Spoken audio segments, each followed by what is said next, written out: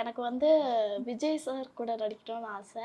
அப்புறமா வந்து நயன்தாரா மேம், அப்புறமா சமந்தா மேம். அத வேற ஞாபகப்படுத்திட்டியாடா? விஜய் சாரோட சினிமா பயணம் முடிஞ்சிருச்சேடா. இப்ப அரசியல் ஆமா. பயணம் போயிட்டாரே அவரு.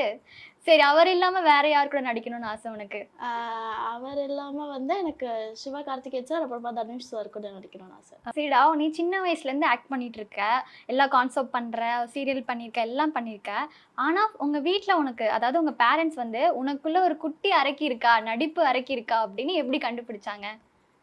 ஃபர்ஸ்ட் வந்து நான் வந்து அம்மா ம். அம்மா வந்து ஃபர்ஸ்ட் நான் டிக்டாக் இருந்தப்போ ஆ. டிக்டாக்லாம் பண்ண வைப்பாங்க. ஆமாமா. அத பார்த்துட்டு வந்து ம்.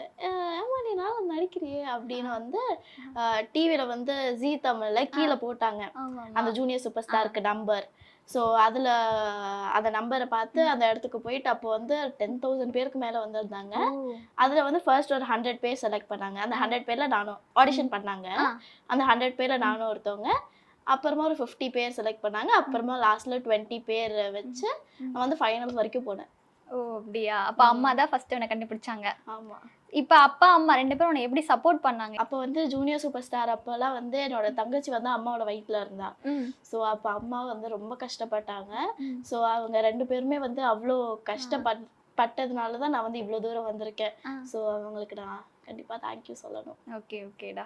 சோ அவங்க இல்லன்னா கண்டிப்பா நாங்க இவ்ளோ பெரிய ஒரு பேபி ஸ்டார பார்த்திருக்க முடியாது. அவங்க சப்போர்ட் பண்ணாம இருந்தா எங்களுக்கு தெரியாமயே போயிருக்கும்.